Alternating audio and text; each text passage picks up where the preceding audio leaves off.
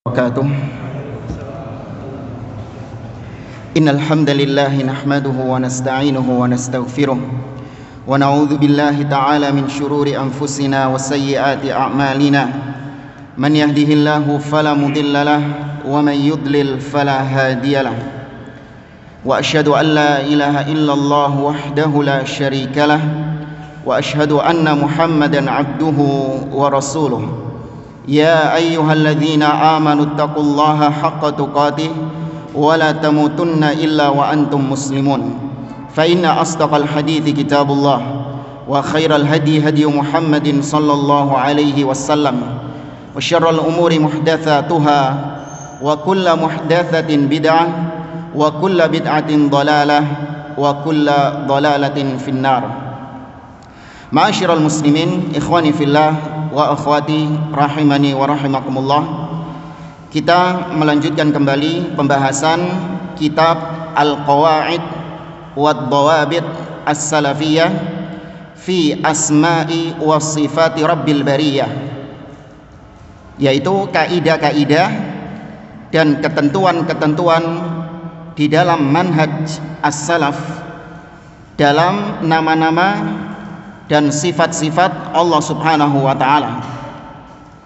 Pada pertemuan malam hari ini kita masuk kaidah yang kelima dari kitab ini, setelah ada 4 kaidah yang telah kita bahas pada pertemuan-pertemuan sebelumnya. Di kaidah yang kelima ini masih ada kaitannya dengan kaidah sebelumnya di bulan lalu yang kita bahas. Kalau mungkin sebagian masih lupa atau mungkin pada pertemuan yang lalu nggak hadir, kita ringkaskan apa yang kita bahas pada pertemuan yang lalu supaya nyambung dengan pertemuan kita sekarang. Dan sebelum saya mulai, saya harap para jamaah menyimak dengan seksama, karena mungkin bagi sebagian orang pembahasan ini terlalu bulat, terlalu jelimet. Sebenarnya mudah, cuman ya mungkin saya yang membawakannya kurang baik, atau mungkin saya kecepatan jelaskannya, makanya nanti ada sesi tanya jawab kalau nggak paham. Atau juga mungkin kadang orang itu nggak fokus ketika dijelaskan, kadang dia nggak fokus, pikirannya keluar. Maka nanti penjelasan-penjelasan yang disampaikan oleh penulis di sini mohon dipahami atau benar-benar difokuskan untuk benar dipahami, karena kalau tidak ini akan bulat pembahasannya, susah untuk dipahami kalau nggak fokus. Dan juga saya harapkan kepada para jamaah menyiapkan mushaf Al-Quran atau minimal yang ada di HP-HP ya. Nanti beberapa contoh-contoh saya berikan langsung melalui ayat-ayat Al-Quran. Tapi para hadirin dan hadirat yang dimuliakan Allah, pada pertemuan sebelumnya kita membahas sebuah kaidah dalam asma wa sifat, bahwa ahlu sunnah wal jamaah mereka ketika membaca ayat-ayat Al-Quran yang berkaitan dengan sifat-sifat Allah, mereka pahami sesuai dengan zahir ayat tersebut, sesuai dengan zahirnya. Ayat itu bilang apa, ya sudah ditetapkan seperti itu apa adanya, tidak dipalingkan ke makna-makna yang lain. Kemarin kita sampaikan misalnya Allah Subhanahu wa ta'ala ketika menyampaikan tentang sifat tangan, bahwa Allah memiliki tangan, berdasarkan firman-Nya kepada iblis. Allah mengatakan dalam surat Shad ayat yang ke-75 kalau nggak salah, Allah Azza wa Jalla mengatakan, qala ya iblis ma mana'aka an tasjuda lima khalaqtu biyadayya. Wahai iblis, apa yang mencegahmu untuk sujud kepada Adam yang aku ciptakan dengan kedua tanganku? Maka dipahami sesuai dengan zahirnya. Ayatnya mengatakan tangan, maka ditetapkan tangan. Berdasarkan pemahaman dalam bahasa Arab, berdasarkan makna dalam bahasa Arab, tangan dipahami sebagai tangan sesuai dengan bahasa Arab yang dipahami secara umum. Berbeda dengan ahli bidah, mereka mentakwil ke makna yang lain. Ayatnya bunyinya tangan, ditakwil ke makna yang lain. Oh, itu tangan maksudnya apa? kekuasaan Allah. Oh, itu tangan maksudnya kuwah, kekuatan Allah Subhanahu wa taala. Ini yang disebut dengan takwil. Tapi hakikatnya ini namanya tahrif, menyimpangkan makna Al-Qur'an. Tapi ini yang kita bahas pada pertemuan sebelumnya. Tapi sebelum saya memulai bab ini lebih dalam lagi berbicara tentang yang tadi. Lebih diperdalam lagi. Sebelum saya memulai bab ini, saya uraikan terlebih dahulu tentang apa itu takwil. Takwil maknanya adalah sarful lafzi an dhahirihi.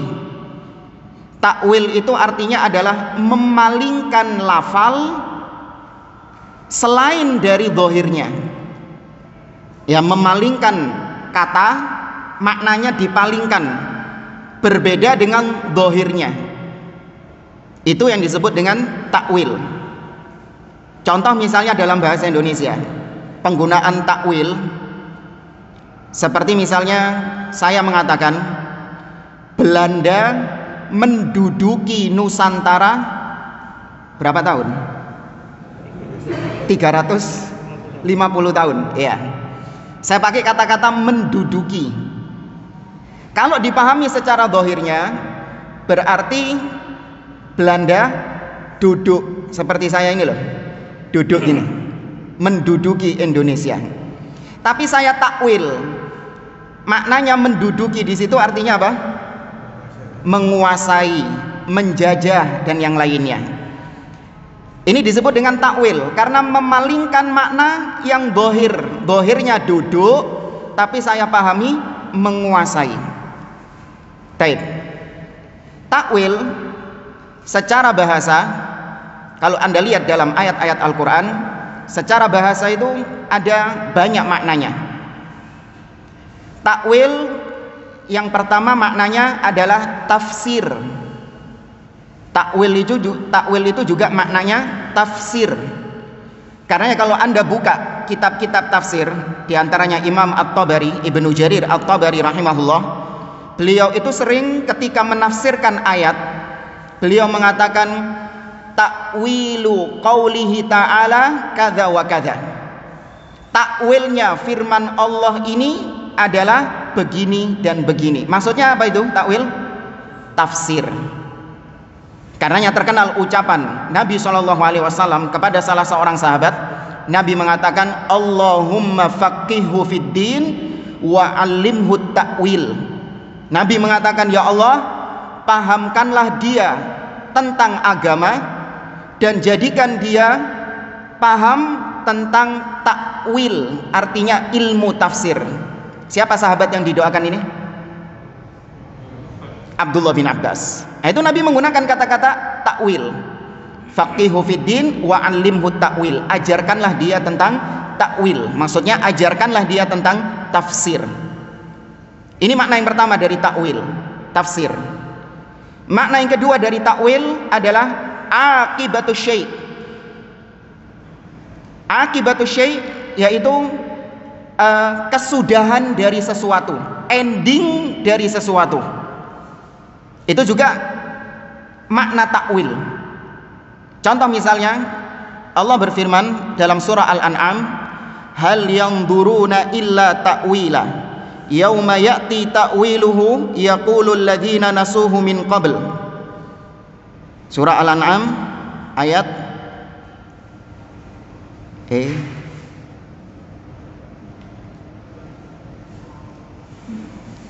surat Al-A'raf ayat 53.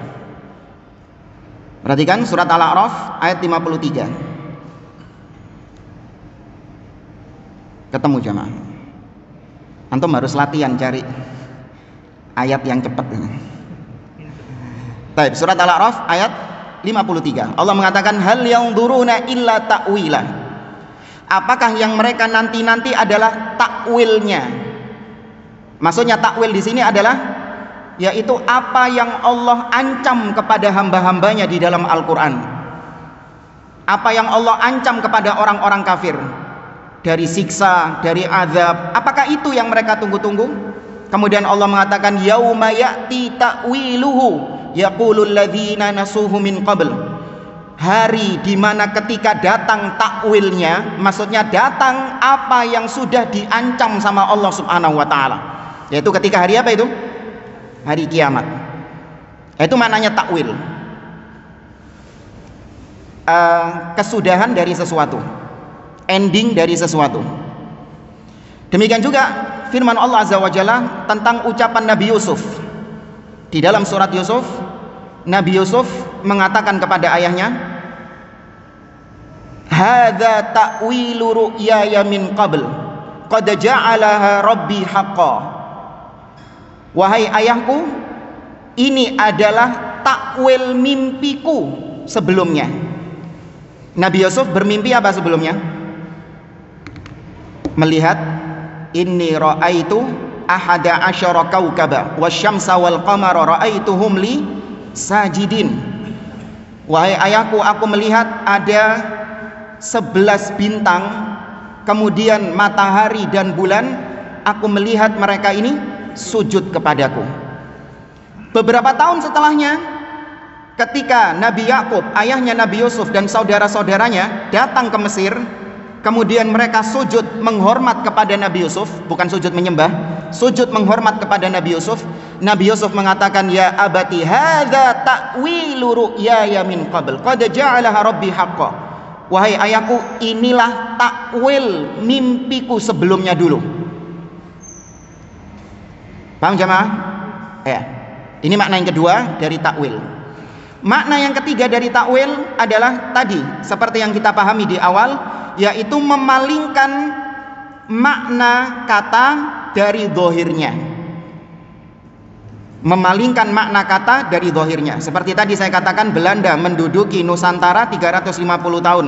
Saya takwil kata-kata menduduki menjadi menguasai. Ini namanya takwil. Nah, pengertian takwil yang ketiga ini itu bisa terpuji, bisa tercela. Jadi takwil itu nggak selamanya tercela, tidak. Takwil itu ada yang terpuji dan ada yang tercela. Kapan takwil itu jadi terpuji dan kapan takwil itu jadi tercela? Kata para ulama, takwil itu terpuji ketika ditopang dengan dalil-dalil yang kuat, baik dari Al-Quran ataupun sunnah, ucapan para sahabat, atau dari segi bahasa, dari segi bahasa Arab. Kalau takwil ditopang dengan ini, maka jadilah itu takwil yang terpuji. Tapi kalau takwil yang tidak ditopang dengan 4 hal tadi, dalil Al-Quran, sunnah, ucapan para sahabat atau para salaf, dan dari sisi makna bahasa Arab, jadilah itu takwil yang tercela. Contoh, Allah berfirman dalam surah Al-Maidah di halaman yang ketiga dari surah Al-Maidah, "Ya ayyuhalladzina amanu idza qumtum ilas salati faghsilu wujuhakum wa aydiyakum ilal marafiq." Ada yang tahu ayat berapa itu dari surah Al-Maidah? Ayat ke-6 ya. Baik. Wahai orang-orang yang beriman, idza qumtum, apabila kalian, qumtum itu dalam bahasa Arab pakai fi'il madhi. Fi'il madhi ini artinya apa? Yang telah terjadi, telah lampau. Wahai orang-orang yang beriman, apabila kalian telah berdiri untuk melaksanakan sholat. Karena pakai fi'il apa? Kata kerja lampau, past tense. Allah tidak mengatakan ya ayyuhalladzina amanu idza taqumun, tidak menggunakan kata kerja sekarang, tapi menggunakan kata kerja lampau. Dohirnya menggunakan kata kerja lampau. Jadi kalau kita pahami secara dohir, ya wahai orang-orang beriman, apabila kalian telah melaksanakan sholat, maka berwuduklah. Tuh, berarti kalau dipahami secara dohir, wudhu itu sebelum sholat atau setelah sholat? Tuh, secara dohir sesudah. Kenapa kok sesudah? Karena dohirnya Allah menggunakan kata kerja apa? Madhi. Paham gak sih? Makanya saya tadi bilang fokus. Bisa dipahami ya? Yang nggak paham nggak apa-apa, saya ulangi lagi penjelasannya. Mungkin saya kecepatan. Angkat tangan. Kalau nggak paham nggak apa-apa. Saya ulangi lagi. Nggak perlu diulangi lagi ya. Ayo. Allah menggunakan kata kerja lampau berarti kalau dipahami secara zahir, Allah memerintahkan kita untuk berwudu setelah sholat, bukan sebelum sholat. Tapi ternyata ditakwil. Maksudnya kumtum di situ adalah yaitu apabila idza aradtum an taqumu lis-shalah. Apabila kau hendak melaksanakan sholat. Jadinya bukan kata kerja past tense, tapi kata kerja present yang sedang terjadi. Loh kok bisa ditakwil? Tadi kemarin kaidahnya katanya pahami sesuai dengan dohirnya, ya kan? Kaidahnya yang bulan lalu kan gitu. Pahami sesuai dohirnya. Dohirnya bilang gitu, ya sudah tetapkan seperti itu. Gak perlu ditakwil-takwil. Oh sih mas, ada kaidah lagi nih yang kelima ini. Secara asal memang dipahami secara dohir. Tapi kalau ada faktor pendukung yang menyebabkan ayat itu ditakwil, maka harus ditakwil. Dan ayat tadi tentang wudhu, kenapa kok ditakwil? Karena dari prakteknya Nabi SAW, beliau itu kalau wudhu sebelum atau sesudah sholat? Sebelum sholat. Dan juga dari segi bahasa, kata-kata idza qumtum ila shalah itu tidak menunjukkan secara mutlak past tense, kata kerja lampau, tapi juga bermakna kata kerja sedang atau yang akan terjadi. Secara bahasa juga didukung. Contoh lagi misalnya, Allah berfirman, loh kok suwe ini? Oh bukan suwe. Allah Azza wa Jalla berfirman di dalam surah An-Nahl, wa idza qara'tal Qur'an fasta'idz billahi minasyaitonir rajim. Ayat berapa itu? Surah An-Nahl.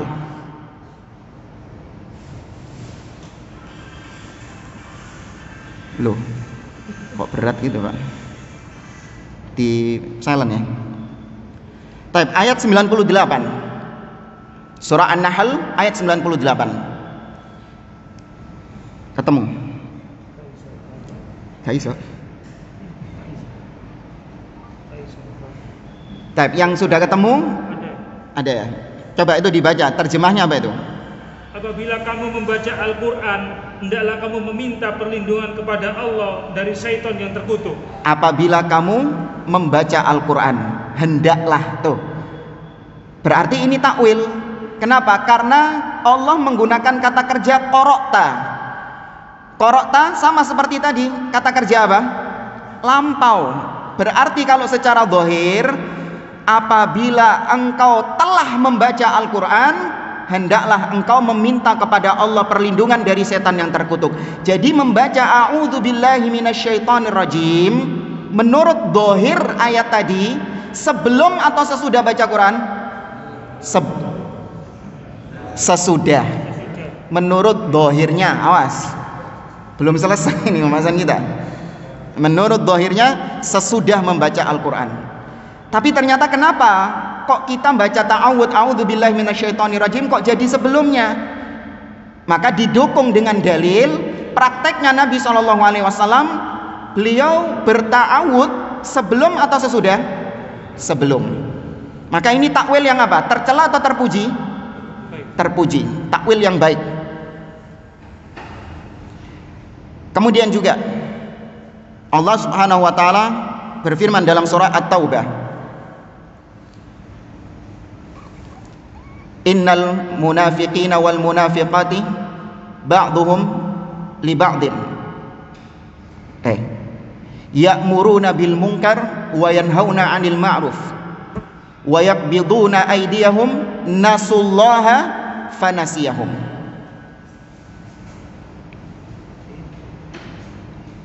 Surah At-Taubah ya, ayat 67. Al-munafiquna wal munafiqat ba'duhum min ba'd ya'muruna bil munkar wa yanhauna 'anil ma'ruf wa yaqbiduna aydiyahum nasullaha fanasiyahum. Perhatikan kata-kata nasullaha fanasiyahum. Kalau saya baca terjemahnya di sini, di situ apa? Allah lupa. Apa? Allah melupakan mereka. Terjemahnya di situ. Melupakan mereka. Ya, Allah melupakan mereka.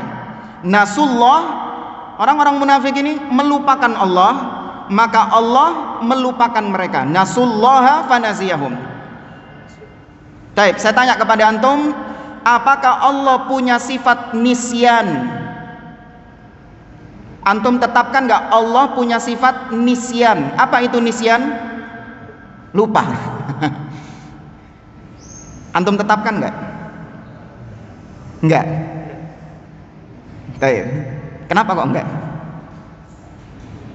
Karena enggak layak bagi Allah ya. Allah itu lupa. Baik, kita tetapkan Allah punya sifat nisyan. Kita tetapkan Allah punya sifat nisyan. Tapi apa itu nisyan? Apakah nisyan itu artinya sekedar lupa? Lawan kata dari hafal, lawan katanya ingat. Tidak. Dalam bahasa Arab, nasiya yansa itu dua maknanya.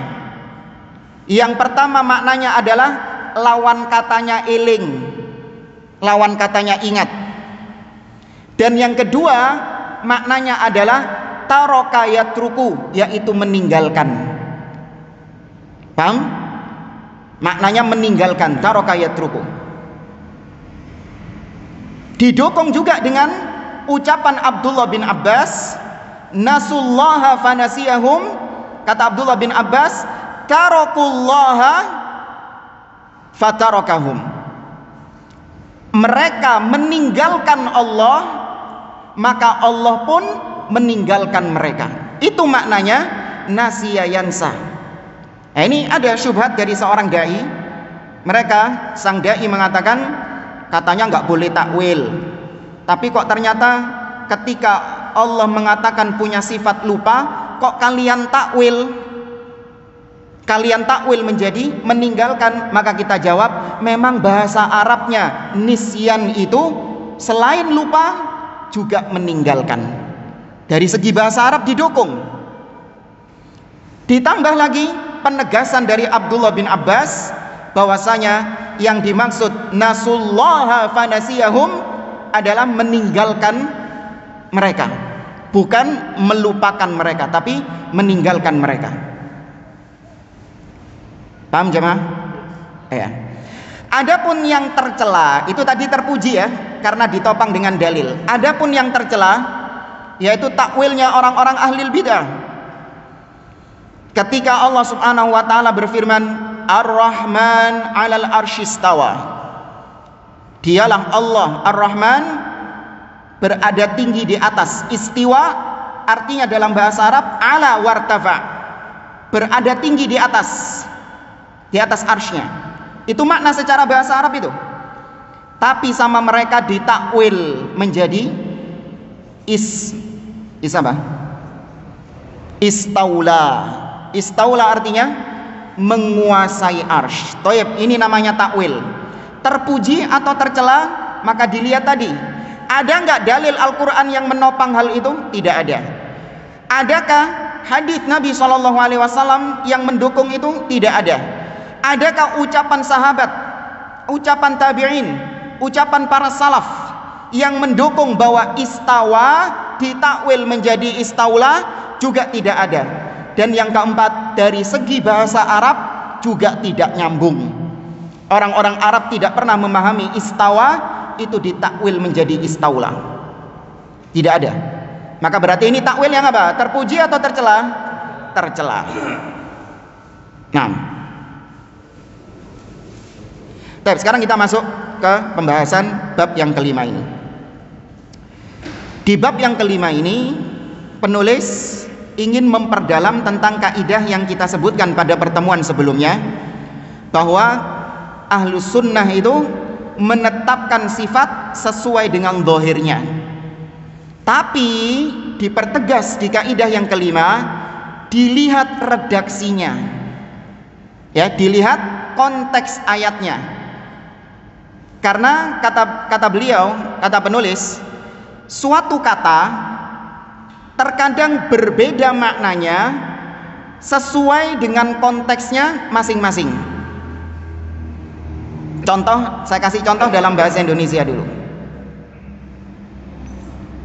Kata suka, senang. Suka itu kalau sendirian artinya apa? Cinta, kan gitu. Atau ya suka, senang deh, cinta, mencintai hal itu. Tapi ternyata maknanya ini berbeda ketika redaksinya berbeda, konteksnya berbeda. Ada ungkapan saya suka kamu, berarti maknanya saya senang, cinta sama kamu. Contoh loh ini ya, jangan nanti dibilang ya, nanti bilang sama istri aja kayak gitu, nggak apa-apa. Tapi ternyata kalau ditaruh di kalimat yang lain berbeda maknanya suka ini. Contoh misalnya ada orang datang ke dokter, dia mengatakan, dok, saya ini suka pusing dok, saya ini suka pusing. Kata dokternya, ya sudah teruskan kalau suka, sudah nggak usah kesini. Kan kau seneng sama pusing, ya sudah teruskan, sudah nggak usah datang ke sini. Cari hal-hal yang lebih bikin pusing lagi. Kan ente suka sama pusing itu. Maksudnya apa di sini suka ini? Sering tuh. Kalimat pertama artinya cinta, kalimat kedua artinya sering. Contoh lain, dan gak cuma bahasa Arab ya, bahasa Indonesia, bahasa Inggris juga gitu. Bahasa Inggris misalnya right, lawan katanya left, artinya apa? Kanan. Kalau ditaruh di satu kalimat, satu redaksi, turn right, artinya belok kanan.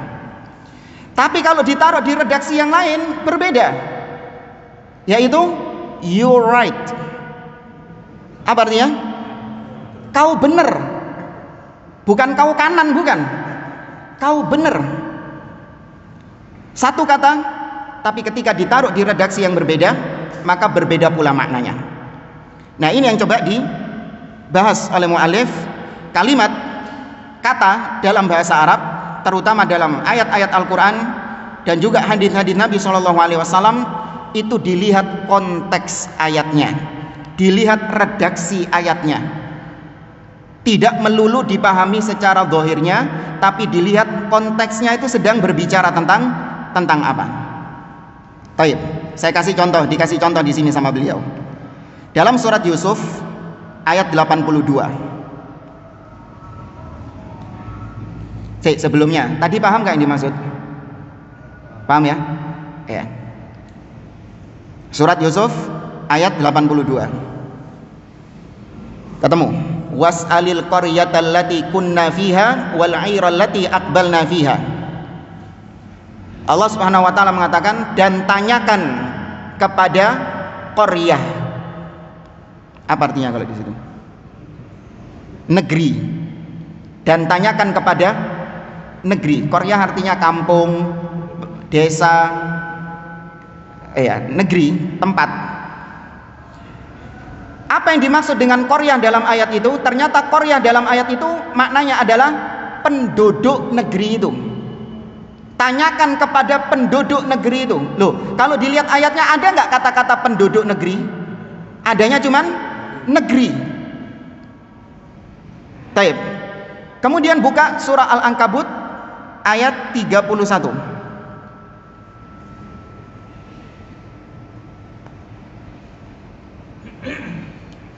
Qalu inna muhliku ahli hadhil qaryah.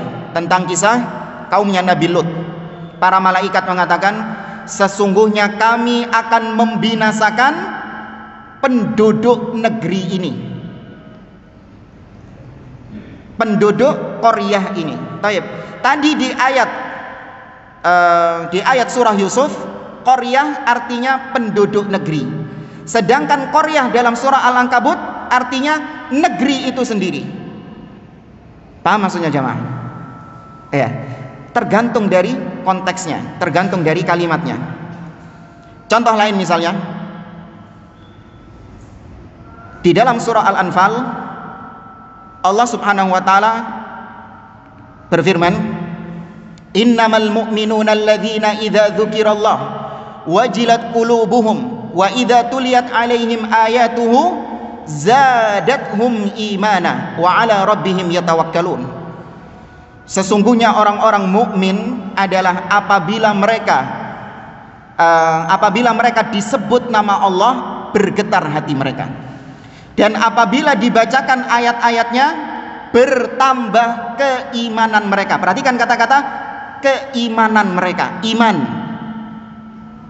Baik, iman dalam ayat ini berbeda dengan iman dalam firman Allah di surah Al-Baqarah di awal-awal juz yang kedua. Allah Subhanahu wa taala mengatakan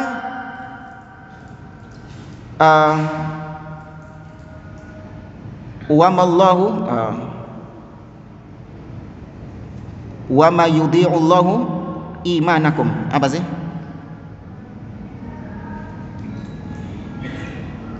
Surah Al-Baqarah, wa ma kana Allahu liyudhi'a imanakum, surah Al-Baqarah ayat 143. Wa ma kana Allahu liyudhi'a imanakum, dan Allah tidak menyia-nyiakan iman kalian. Apa yang dimaksud iman dalam ayat ini? Apa? Wa ma kana Allahu liyudhi'a imanakum. Apa yang dimaksud iman dalam ayat ini? Menyia-nyiakan apa? Di situ disebut iman. Ada terjemahan lain enggak yang nyebut salat? Allah tidak menyia-nyiakan salat kalian. Iman di situ dimaknai sebagai salat. Enggak ada ya? Semua menyebutkan iman ya? Ya. Padahal kalau Anda baca redaksi ayat ini, surah Al-Baqarah ayat 163 ya, 143. Kalau Anda baca redaksi ayat ini, konteksnya sedang berbicara tentang perpindahan arah kiblat. Dari mana ke mana? Dari Surabaya ke Mekah. Dari mana ke mana? Dari Baitul Maqdis ke Masjidil Haram. Ya, jelas konteksnya ayat tersebut berbicara tentang perpindahan arah kiblat. Nah, sebagian sahabat itu ketika ada perpindahan arah kiblat, mereka itu galau. Kenapa galau? Mereka menganggap bahwa sholat mereka yang dulu menghadap Baitul Maqdis sia-sia. Waduh, biyen sholat nang Baitul Maqdis ini nggak ada gunanya ini. Demikian juga dengan saudara-saudara kita yang sudah meninggal sebelum perpindahan arah kiblat ini, mereka sudah meninggal. Mereka selama ini sholatnya ngadep mana? Baitul Maqdis. Waduh, sakno, kesian mereka, nggak diterima sholatnya. Maka Allah menurunkan ayat ini, wa ma kana Allahu liyudhi'a imanakum, dan Allah tidak menyia-nyiakan iman kalian. Maksudnya iman apa? Sholat kalian. Taib, kenapa kok berubah? Di surat Al-Anfal tadi Allah menyebutkan iman artinya keyakinan kita, artinya keimanan kita secara umum. Tapi kenapa kok di dalam surah Al-Baqarah lebih dikhususkan iman artinya adalah sholat? Maka jawabannya apa? Tergantung konteks ayatnya. Ada apa ini? Hah? Dari masjid ini, tak bukan? Oh, di sana. Tak kira dari masjid ini juga. Iya. Tapi dengar ya, suara saya nggak terganggu ya. Baik. Contoh lagi misalnya tentang kata-kata dolim. Ya, tentang kata-kata dolim. Allah mengatakan dalam surah Al-Hajj, wa may yurid fihi bi ilhadin bi dzulmin nudzikahu min adzabin alim. Surah Al-Hajj ayat 25. Surah Al-Hajj ayat 25.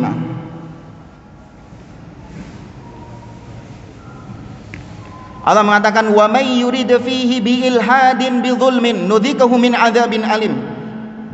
Barang siapa yang ingin melakukan kejahatan dengan dia melakukan perbuatan dolim di situ, maksudnya di situ adalah di tanah haram, maka kami akan menyiksa dia, kami akan menimpakan siksa yang pedih kepada dia. Tapi perhatikan kata-kata zalim dalam ayat ini. Zalim Ini zalim secara umum. Bisa zalim kepada Allah, bisa zalim kepada makhluk, bisa zalim kepada diri sendiri. Itu di tanah haram diharamkan semuanya itu.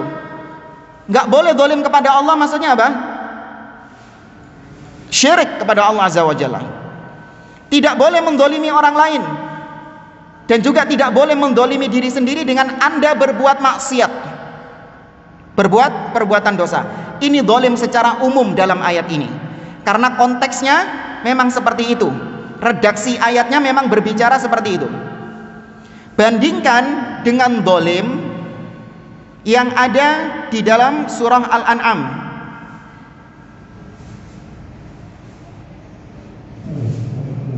Surah Al-An'am ayat 82.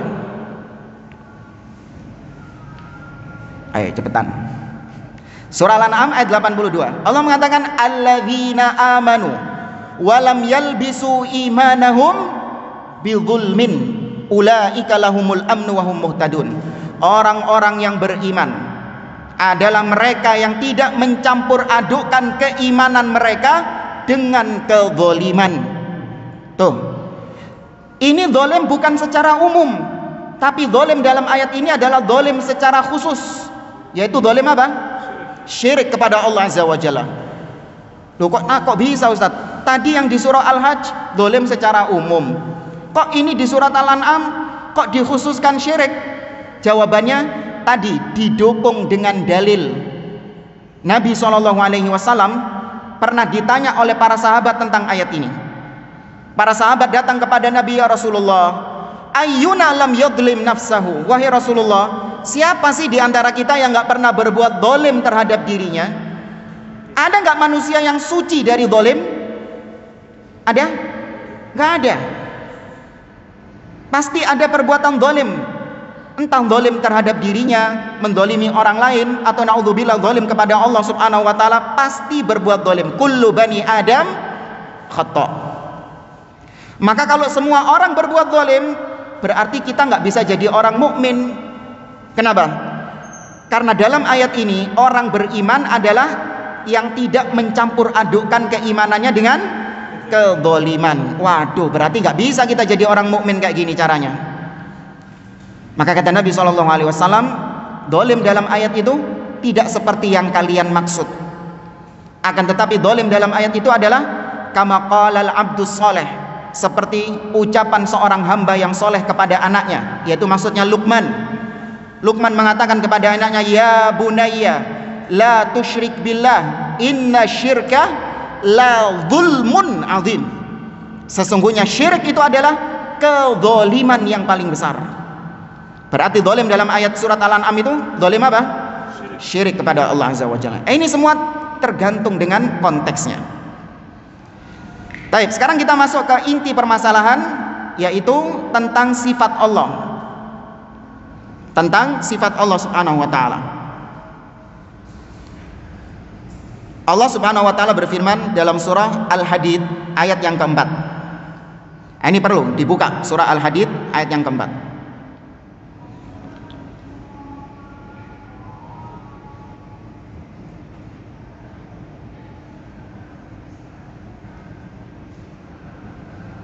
Sudah ketemu? Surah Al-Hadid ayat yang keempat.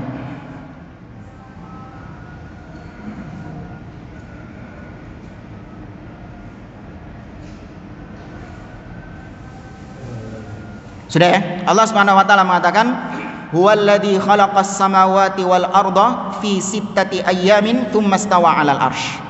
Dialah Allah yang menciptakan langit dan bumi selama 6 masa, kemudian dia beristiwa, berada tinggi di atas arsy. Ya'lamu ma yaliju fil ardi wa ma yakhruju minha wa ma yanzilu minas sama' wa ma ya'ruju fiha. Allah mengetahui apa yang masuk ke bumi dan apa yang keluar dari bumi. Allah mengetahui apa yang turun dari langit dan apa yang naik ke langit. Ini ayat yang kita jadikan sebagai pembahasan. Wa huwa ma'akum ainama kuntum. Dan dia, Allah, bersama kalian dimanapun kalian berada. Wallahu bima ta'maluna basir. Sesungguhnya Allah Maha mengetahui Maha melihat apa yang kalian kerjakan. Tapi perhatikan ayat tadi, wa huwa ma'akum ainama kuntum, dan Dia bersama kalian dimanapun kalian berada. Dohirnya kalau kita lihat ke kaidah yang kemarin, kita disuruh apa?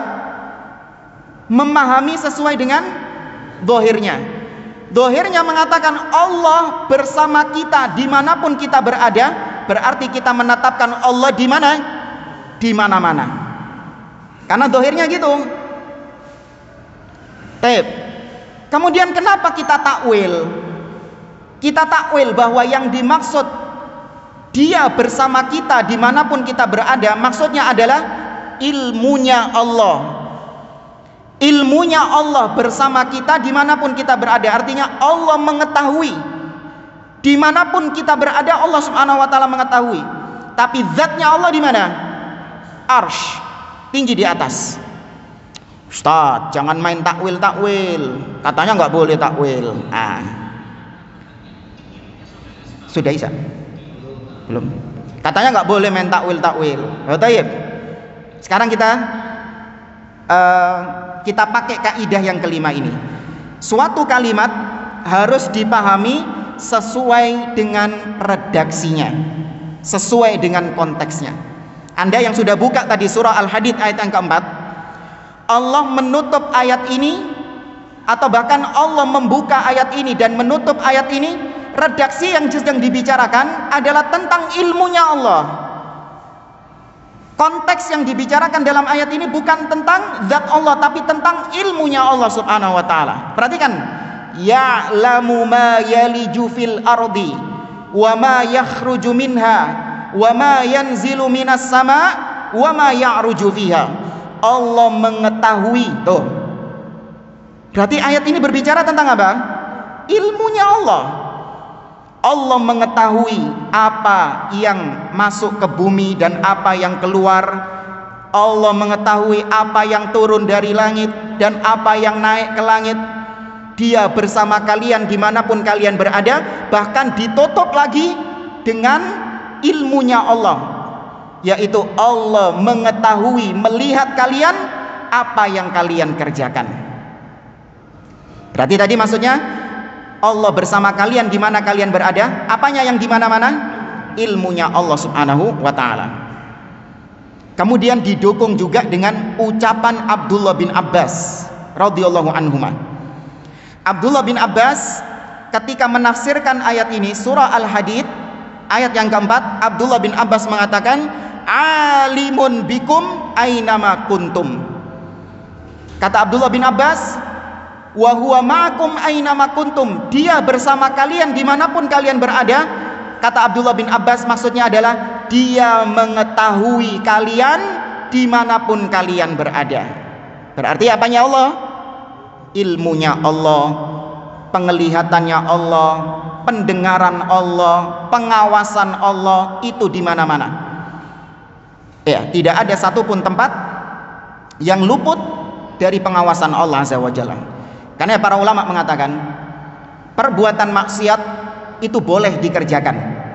Orang mau berzina, orang mau minum khamr, orang mau apapun maksiat boleh dikerjakan. Syaratnya cuma satu, lakukan di tempat yang tidak dilihat Allah subhanahu wa ta'ala, yang tidak diketahui Allah subhanahu wa ta'ala. Ada tempat kayak gitu? Nggak ada. Berarti kalau nggak ada, hukumnya apa? Haram. Ya, bukan berarti kita membuka peluang ada tempat seperti itu, tidak. Tapi justru ini untuk menegaskan bahwa tidak ada satupun tempat di alam semesta ini yang luput dari pengawasan Allah, penglihatan Allah, dan yang lainnya. Baik, kurang berapa menit? 4-5, khilaf di antara para jamaah. Baik. Sama juga dengan firman Allah dalam surah Al-Mujadalah. Surah Al-Mujadalah ayat yang ke-7. Ya, Anda buka surah Al-Mujadalah ayat yang ke-7.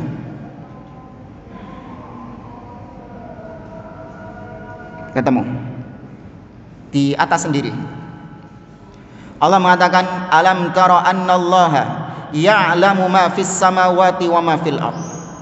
Tidakkah kau tahu bahwa Allah mengetahui, lihat, Allah mengetahui apa yang di langit dan apa yang di bumi. Ma yakunu min najwa thalathatin illa huwa rabi'uhum wala khamsat illa huwa thalithuhum illa huwa rabi'uhum wala khamsatin illa huwa sadisuhum wala adna min dzalika wala aktsara illa huwa ma'ahum aina ma kanu thumma yunabbi'uhum bima 'amilu yaumal qiyamah innallaha bikulli syai'in alim.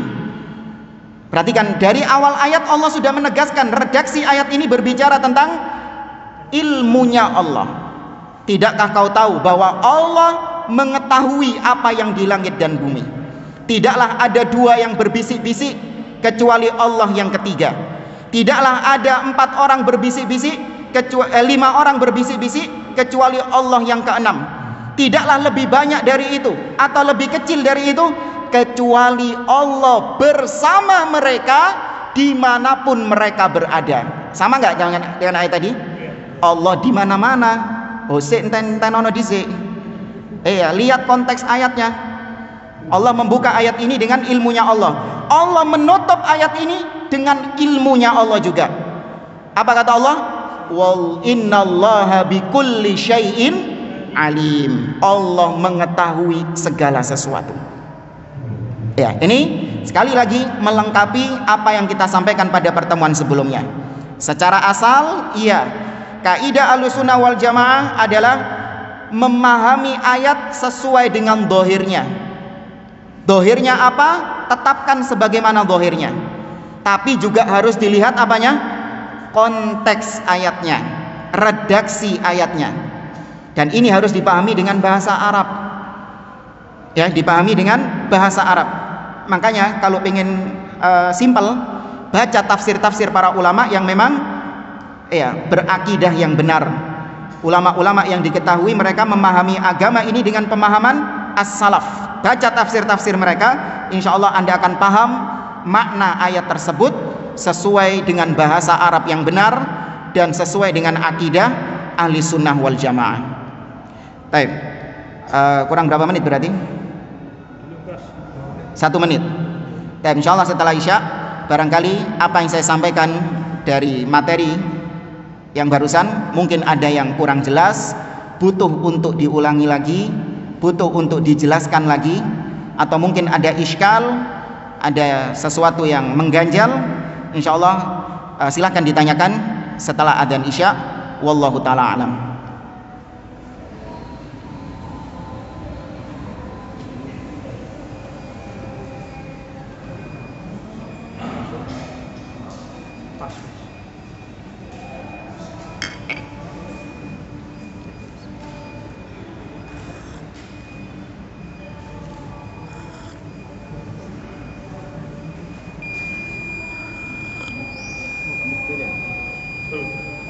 Apa itu?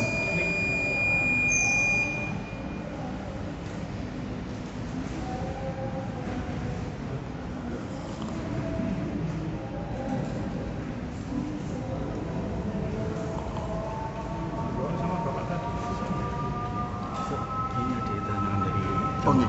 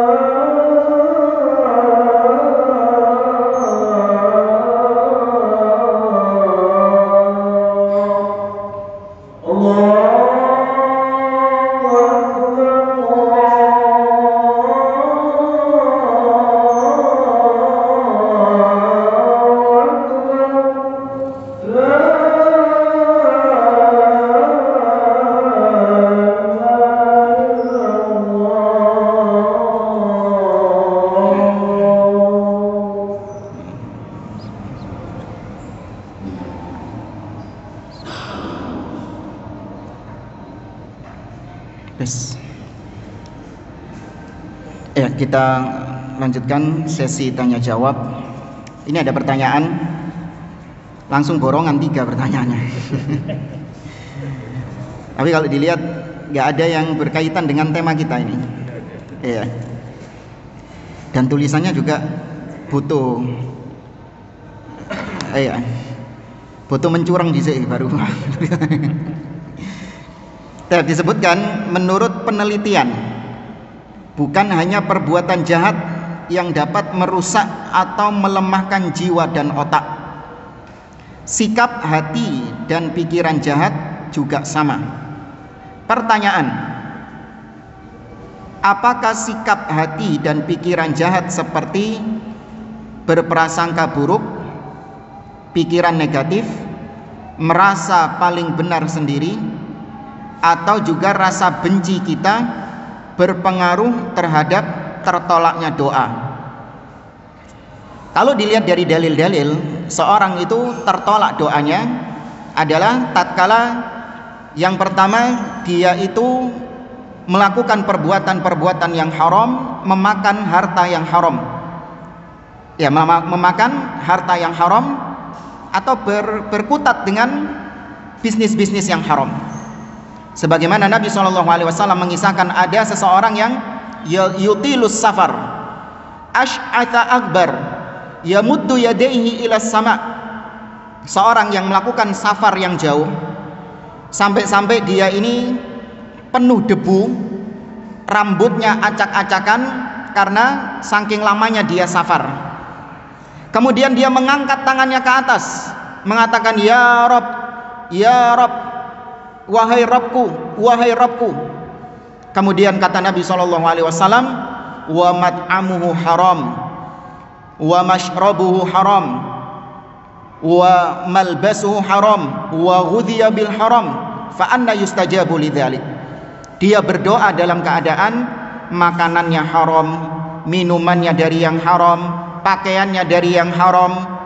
Ya, dan bagaimana kalau sudah seperti itu, bagaimana doanya dikabulkan oleh Allah Subhanahu wa taala. Ya. Adapun kalau perbuatan-perbuatan seperti ini, wallahu a'lam, tidak pernah ada dalil secara khusus yang menyebutkan bahwa perbuatan-perbuatan dosa, apalagi berkaitan dengan hati ini, berkaitan dengan hati seperti yang disebutkan, pikiran negatif, berprasangka buruk, ini bisa menyebabkan tertolaknya doa, tidak pernah disebutkan dalam dalil. Bahkan orang musyrik, orang kafir, ketika dia berdoa dan dia ikhlas doanya kepada Allah Subhanahu wa taala, orang kafir ini ya, tapi kalau dia berdoa kepada Allah, itu dikabulkan sama Allah Subhanahu wa taala doanya. Sebagaimana kisah orang-orang musyrikin Quraisy yang Allah sebutkan dalam surah Ar-Rum.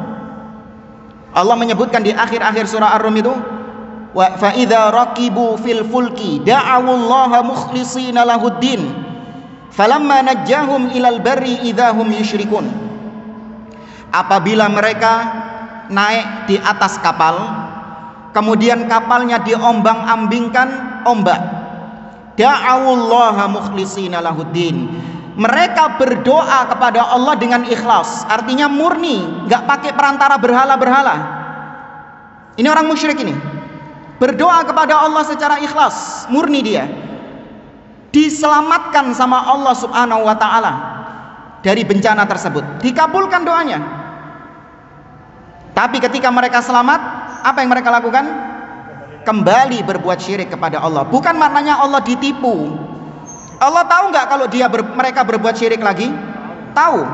Tapi Allah sudah berjanji, barang siapa yang berdoa kepadaku, dikabulkan sama Allah Subhanahu wa taala. Allah mengatakan, "Ud'uni astajib lakum." Berdoalah kepadaku, aku akan kabulkan doa kalian. Dan itu juga yang dilakukan sama anaknya Abu Jahal, yaitu Ikrimah bin Abi Jahal. Ikrimah bin Abi Jahal ini pernah jadi DPO ketika Fathu Mekah. Nabi memaafkan semua orang-orang yang pernah menyakiti beliau, kecuali 4 orang. Nabi memerintahkan para sahabat untuk membunuh 4 orang ini, meskipun 4 orang ini berlindung di Ka'bah. Harusnya Ka'bah nggak boleh bunuh orang kan, tapi saking mangkelnya Nabi, sampai kalaupun mereka walau annahum mu'allaqina bi astaril Ka'bah, mereka bergelantungan di kain kiswahnya Ka'bah, uqtuluhu, bunuh mereka. Salah satunya siapa? Ikrimah bin Abi Jahal. Ikrimah bin Abi Jahal kabur naik kapal, kemudian di tengah-tengah laut diombang-ambingkan dengan ombak. Maka ketika itu Ikrimah bin Abi Jahal berdoa kepada Allah, tidak lagi melalui perantara berhala-berhalanya. Ikrimah bin Abi Jahal mengatakan, Allahumma inna jaitani min hadha la ataitu Muhammadan wa la ad'u yadi ala yadihi. Ya Allah, kalau kau selamatkan aku dari musibah ini, dari bencana ini, sungguh aku akan datang kepada Muhammad dan aku akan letakkan tanganku di atas tangannya. Artinya aku akan membaiat beliau, aku akan minta maaf kepada beliau, dan aku akan masuk Islam. Musyrik ini Ikrimah belum masuk Islam. Dikabulkan gak sama Allah? Dikabulkan, diselamatkan Ikrimah bin Abi Jahal, ditepati janjinya. Diparani Ikrimah itu diparani Nabi SAW, dan Nabi pun memaafkannya. Jadilah Ikrimah salah satu sahabat Nabi, Ikrimah bin Abi Jahal radhiyallahu anhu. Ini cuman kebaca satu tok ini jamaah ya. Baik. Wallahu a'lam. Saya kira ini yang bisa kita sampaikan. Insyaallah kita lanjutkan pada pertemuan-pertemuan yang akan datang. Tapi tadi materinya paham ya? Paham ya, jelas ya? Baik. Saya tutup, subhanakallahumma wa bihamdik asyhadu an la ilaha illa anta astaghfiruka wa atubu ilaik, wa akhiru da'wana anil hamdulillahi rabbil alamin. Wassalamualaikum warahmatullahi wabarakatuh.